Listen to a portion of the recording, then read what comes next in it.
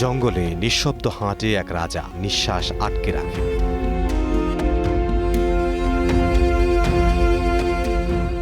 প্রায় ২৫ লাখ বছর আগে বিবর্তনের ধারায় পৃথিবীতে আসে এই শিকারী প্রাণীটি। বৈজ্ঞানিকভাবে এর নাম প্যান্থেরা টাইগ্রিস। একসময় গোটা এশিয়া জুড়ে তার গর্জন শোনা যেত। ভারতের উপদ্বীপ, দক্ষিণ পূর্ব এশিয়া, চীন, এমনকি তুরস্ক পর্যন্ত বিস্তৃত ছিল এর বসবাস। কিন্তু এখন বিশ্বের মাত্র ১৩টি দেশে বাঘের অস্তিত্ব রয়েছে।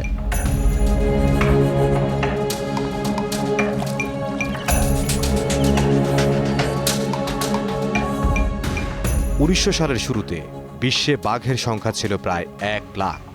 কিন্তু শতাব্দী জুড়ে বায়ুদূষণ, বন উজাড়, শিকার ও চোরাচালান ইত্যাদি কারণে ২০১০ সাল নাগাদ এই সংখ্যা কমে দাঁড়ায় ৩,২০০-তে।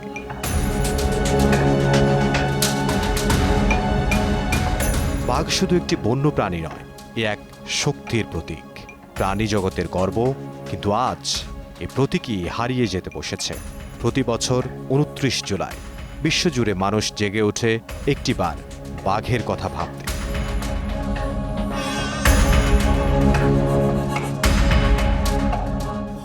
২০১০ সালের নভেম্বরে রাশিয়ার সেন্ট পিটার্সবার্গে অনুষ্ঠিত হয় এক ঐতিহাসিক আন্তর্জাতিক সম্মেলন, tiger summit.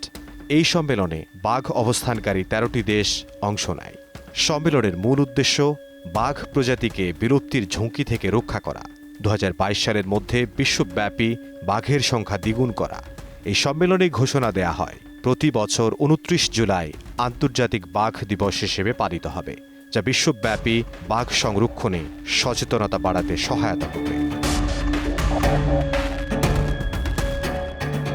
Bangladesh, Bharat, Myanmar, Bhutan, Nepal, Thailand, চীন, Cambodia, Indonesia, Malaysia, Vietnam, Laos, Russia, এই ১৩টি দেশ নিয়ে গঠিত হয় একটি আন্তঃরাষ্ট্রীয় সংস্থা, গ্লোবাল টাইগার ফোরাম, GTF। সংগঠনটির লক্ষ্য ও উদ্দেশ্য হল সদস্য দেশগুলোতে বাঘের আবাসস্থল সংরক্ষণ, বাঘ ও তাদের শিকারের সংখ্যা বৃদ্ধি এবং চোরাচালান প্রতিরোধে আন্তর্জাতিক সহযোগিতা জোরদার করা। আমাদের এখানে মাত্র দুটো শিকার প্রাণী আছে বাঘের জন্য। একটা হচ্ছে চিত্রা হরিণ, আর একটা হচ্ছে বন্য শুয়োর। ফলে আমরা এই যে দুটো শিকার প্রাণী আছে, এটা আপনি যদি ভারতের যে কোনো বাঘের আবাসে যান, ৬ থেকে ৭টা এবং 10টা, নেপাল, ভুটানে যান, 10টা শিকার প্রাণী আছে। ফলে বাঘ চিত্রা হরিণ না পেলে সাম্বার হরিণ খায়, সাম্বার না পেলে বন্য শুয়োর খায়, সেটা না পেলে মহিষ খায়। আর আমাদের এখানে মাত্র দুটো প্রাণী। ফলে বাঘের অস্তিত্ব নানানভাবে এখানে কিন্তু হুমকির মুখে। একটা হচ্ছে শিকার প্রাণীর সংখ্যা কম, দ্বিতীয় হচ্ছে এখানে জলবায়ু পরিবর্তনের কারণে এই বাঘের আবাসটা দিন দিন হুমকির মুখে পড়ছে। আমাদের উজানের পানি এখন আর আগের মতো নাই। ফলে আমাদের পশ্চিমের সুন্দরবন, সাতক্ষীরা সুন্দরবন, খুলনার সুন্দরবন কিন্তু অনেক নিচু, কারণ উপরের পানি নেই, পলিমাটি আসে না, ফলে এলাকা নিচু। সেই সাথে এই বনের বৈচিত্র্য কমছে, মানে সুন্দরী গাছের সংখ্যা এখন নাই বললেই চলে। ফলে সেখানে হরিণের থাকাটাও কঠিন হয়ে যাচ্ছে, কারণ হরিণও তো কিছু ধরনের গাছ খায়। সেই গাছ যদি না থাকে তাহলে হরিণও টিকতে পারবে না। ফলে আমরা দেখতে পাচ্ছি যে নানান ধরনের হুমকি তো আছেই, তার সাথে সাথে মানুষের তৈরি করা অনেক হুমকি আছে। বাঘের চোরা শিকার যেরকম একটা সমস্যা, সেই সাথে বাঘের যে শিকার প্রাণী, সেটার শিকার হচ্ছে আরেকটি বড় সমস্যা। কারণ বাঘের সরাসরি শিকারের চাইতে শিকার প্রাণীর চোরা শিকারটা হচ্ছে বড় সমস্যা, এই কারণে যেখানে মাত্র দুটো শিকার প্রাণী আছে। আপনি হয়তো জেনে থাকবেন যে এই সুন্দরবনে প্রতি বছর ২০১৩ সালের একটি গবেষণা বলছে যে প্রতি বছর চোরা শিকারের কবলে প্রায় ১১,০০০ হরিণ মানুষ খেয়ে থাকে। World wide fund for nature, international union for conservation of nature এবং গ্লোবাল টাইগার ফোরাম ২০২২ সালের সর্বশেষ জরিপের তথ্যানুযায়ী বর্তমানে পৃথিবীতে বাঘের সংখ্যা প্রায় ৫,৫৭৮টি। ২০ শতকের শুরু থেকে বাঘের সংখ্যা প্রায় ৯৫% কমেছে। একসময় যেখানে বিশ্বের ৩৩টি দেশে বাঘ ছিল, সেখানে ২০১০ সালে কমে দাঁড়ায় ১৩টি দেশে। ২০২২ সালে বাঘের উপস্থিতি আরও কমে দাঁড়ায় মাত্র 10টি দেশে। যে 3টি দেশে বাঘ সম্পূর্ণ বিলুপ্ত হয়ে গেছে সেগুলো হলো লাওস, ভিয়েতনাম এবং কম্বোডিয়া। বাঘ এখন আর জঙ্গলের রাজা নয়, বরং সংকটাপন্ন প্রাণীদের একটি প্রতিচ্ছবি। এই ভয়ঙ্কর শিকারী প্রাণী 6টি দেশের জাতীয় পশু, যাদের অন্যতম বাংলাদেশ।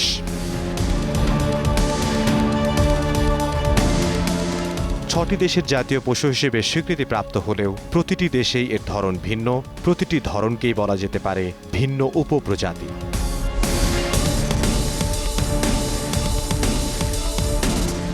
বাঘের 6টি উপপ্রজাতির নাম, বৈজ্ঞানিক নাম, অবস্থান এবং অবস্থা বিবেচনার তালিকায় বেঙ্গল টাইগার, যার বৈজ্ঞানিক নাম প্যান্থেরা টাইগ্রিস টাইগ্রিস, যার অবস্থান ভারত, বাংলাদেশ, নেপাল ও ভুটানে। সাইবেরিয়ান টাইগার, যার বৈজ্ঞানিক নাম প্যান্থেরা টাইগ্রিস অ্যালটেইকা, যার অবস্থান রাশিয়া, চীনের পূর্বাঞ্চল। ইন্দোচীন টাইগার, যার বৈজ্ঞানিক নাম প্যান্থেরা টাইগ্রিস করবেটি, যার অবস্থান থাইল্যান্ড, লাওস, কম্বোডিয়া ও ভিয়েতনামে। মালায়ান টাইগার, যার বৈজ্ঞানিক নাম প্যান্থেরা টাইগ্রিস জ্যাকসোনি, যার অবস্থান মালয়েশিয়ায়। সাউথ চায়না টাইগার, যার বৈজ্ঞানিক নাম প্যান্থেরা টাইগ্রিস অ্যামোয়ানসিস, যার অবস্থান চীনে। সুমাত্রান টাইগার, যার বৈজ্ঞানিক নাম প্যান্থেরা টাইগ্রিস সুমাত্রি, যার অবস্থান ইন্দোনেশিয়ায়।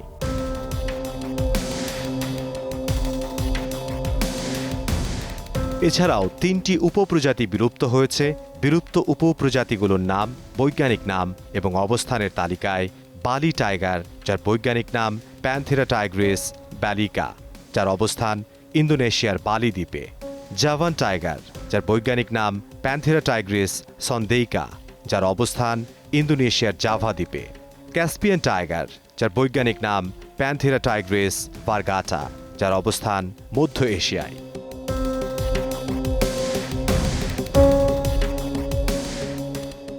রয়্যাল বেঙ্গল টাইগার মূলত ভারত, বাংলাদেশ, নেপাল ও ভুটানের নিরক্ষীয় বনাঞ্চলে বসবাস করে। বাংলাদেশে এই বাঘের একমাত্র আবাসস্থল হল বিশ্বের বৃহত্তম ম্যানগ্রোভ বন সুন্দরবন।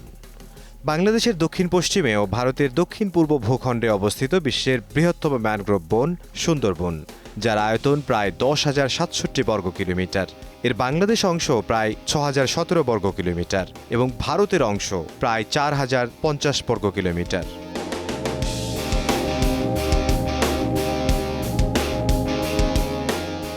বাংলাদেশে বাঘ গণনার ক্ষেত্রে সবচেয়ে নির্ভরযোগ্য বৈজ্ঞানিক পদ্ধতি হল ক্যামেরা ট্র্যাপ।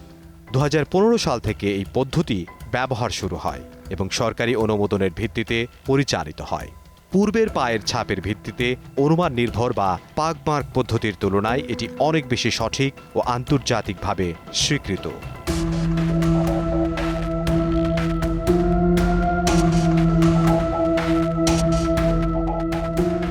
বছরভিত্তিক বাঘের সংখ্যা ও পদ্ধতি: 1975 সালে এর সংখ্যা ছিল 350টি, 1982 সালে 425টি, 1984 সালে 430 থেকে 450টি, 1992 সালে 359টি, 1993 সালে 362টি, 1996-97 সালে 350 থেকে 400টি, 2004 সালে 440টি, 2015 সালে 106টি, 2018 সালে 114টি, 2023-24 সালে 125টি।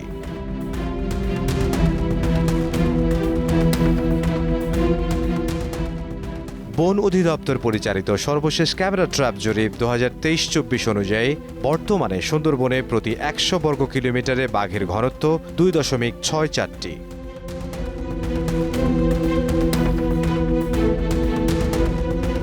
সুন্দরবনের জঙ্গলে খালবিল, নদী ও ঘন বৃক্ষের জটিল পরিবেশ রয়্যাল বেঙ্গল টাইগারের বসবাসের জন্য আদর্শ এক পরিবেশ তৈরি করেছে। কিন্তু চড়া শিকার, বন্য হরিণের সংখ্যা কমে যাওয়া এবং বাসস্থান সংকোচন বাঘের অস্তিত্বকে প্রতিনিয়ত হুমকির মুখে ফেলছে। সুন্দরবনকে যদি বাঁচাতে হয় এবং এই সুন্দরবনের উপরে যে কয়েক লক্ষাধিক মানুষ নির্ভরশীল তার জীবিকার জন্য, প্রতিদিনকার জীবিকার জন্য, সেটা যদি আমি এনশিওর করতে চাই, নিশ্চিত করতে চাই, তাহলে এই সুন্দরবনকে বাঁচাতে হবে এবং এই সুন্দরবনকে বাঁচাতে হলে আমার সুন্দরবনের বাঘের উপস্থিতি নিশ্চিত করতে হবে, সেটি যে কোনো উপায়েই হোক। অন্তত পক্ষে মানুষের পক্ষে যা করা সম্ভব, বাংলাদেশের পক্ষে যা করা সম্ভব, সেই কাজটি করতে হবে। প্রাকৃতিক যে বিপর্যয়, জলবায়ু পরিবর্তন, সেটা তো দীর্ঘমেয়াদী, সেটাও হয়তো বিজ্ঞানীরা নিশ্চয়ই গবেষণা করছেন। কিন্তু আমার আজকে যেটি করা প্রয়োজন সেটি হচ্ছে এই সুন্দরবনে যাতে আবার নতুন করে ডাকাতের উপস্থিতি না হয়। একসময় ডাকাত এখান থেকে বিলুপ্ত করা হয়েছিল, এখন কিন্তু সুন্দরবনে আবার ডাকাতের উপস্থিতি টের পাওয়া যাচ্ছে।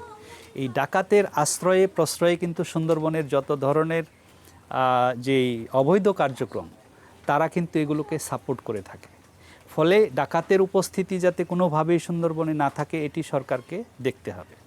আর এই যে স্থানীয় মানুষ যারা আছেন নির্ভরশীল, তাদের বিকল্প জীবিকায়ন কিভাবে করা যায়, তাদেরকে আমরা কিভাবে সহযোগিতা করতে পারি, সেই কার্যক্রম আমাদেরকে অব্যাহত রাখতে হবে। যারা চোরা শিকারের সাথে জড়িত, সেটা বাঘ হোক, সেটা হরিণ হোক, এদেরকে যথাযথ সময়ে যথাযথভাবে শনাক্ত করা প্রয়োজন। তাদেরকে আইনানুগ তাদের বিরুদ্ধে ব্যবস্থা নেওয়া প্রয়োজন। প্রয়োজন হলে আমাদের যে বন্যপ্রাণী আইন আছে 2012 সালের, সেটিকে যদি আরও হালনাগাদ করতে হয় সেটিও করতে হবে। সুন্দরবনকে যদি বাঁচাতে চাই তাহলে বাঘ বাঁচাতে হবে। আর সুন্দরবন যদি বেঁচে থাকে তাহলে দক্ষিণাঞ্চলের যেই পুরো এলাকা, সাতক্ষীরা, বাগেরহাট, বরগুনা, খুলনা, এই অঞ্চলের মানুষ প্রতি বছর যে সাইক্লোন হয়, যে ঘূর্ণিঝড় হয়, সেই যে তার যে প্রকোপ, সেখান থেকে কিন্তু আমরা রক্ষা পাব। সুন্দরবন ছাড়াও ভারতীয় উপমহাদেশের বিভিন্ন জায়গায় যেমন পশ্চিমবঙ্গ, আসাম, মধ্যপ্রদেশ, বিহার, উড়িষ্যা, রাজস্থান ও নেপালের চিতওয়ান জাতীয় উদ্যানে রয়্যাল বেঙ্গল টাইগার দেখা যায়। এসব জায়গায় সাধারণত ঘন জঙ্গল, নদী ও জলাভূমি বেষ্টিত এলাকা তাদের বিচরণের স্থান। বিশ্বজুড়েই বাঘ দিবস পালিত হয়, বাংলাদেশেও এটি বিভিন্ন আয়োজনে পালন করে থাকে। তবে বাঘ সংরক্ষণের জন্য শুধু একটি দিবসকে কেন্দ্র করে কার্যক্রম গ্রহণ করা, এটি বাঘের মতো একটা প্রাণীকে রক্ষা করা আসলে কঠিন। ফলে আমাদেরকে সারা বছরই এই বাঘ সংরক্ষণের জন্য যে সমস্ত কার্যক্রম আছে সেগুলো চলমান রাখতে হবে। এবং মাঠ পর্যায়ে এই যে বাঘ সংরক্ষণের যে প্রয়োজনীয়তা, গুরুত্ব, এগুলো আসলে মাঠ পর্যায়ের মানুষকে বোঝাতে হবে। এই যে প্রান্তিক জনগোষ্ঠী আছে, এই জনগোষ্ঠীর কাছে এই বার্তাগুলো পৌঁছাতে হবে। যারা হচ্ছে সুন্দরবনের অংশীদার, যারা সুন্দরবনের গার্ডিয়ান, তাদেরকে নিয়ে যদি আমরা সুন্দরবন রক্ষার কার্যক্রমে তাদেরকে যদি সংযুক্ত করতে পারি, তাহলে আসলে সুন্দরবন এবং বাঘ সংরক্ষণ সম্ভব। ফলে সুন্দরবনকে রক্ষা করতে হলে বাঘ রক্ষা করতে হবে, এবং বাঘ যদি রক্ষিত হয় এবং সুন্দরবন রক্ষিত হবে, এবং সারা দেশের মানুষ এর থেকে সুফল পাবে, এবং বাংলাদেশও বিশ্ব দরবারে একটা বাঘ থাকা দেশ হিসেবে কিন্তু আমরা আমাদেরকে উপস্থাপন করব।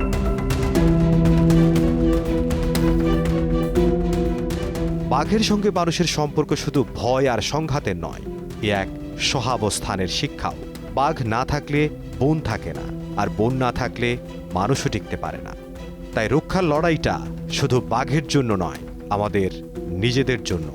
বিশ্ব বাঘ দিবসে আমাদের অঙ্গীকার হোক, বাঘ বাঁচাও, বন বাঁচাও, প্রকৃতি বাঁচাও।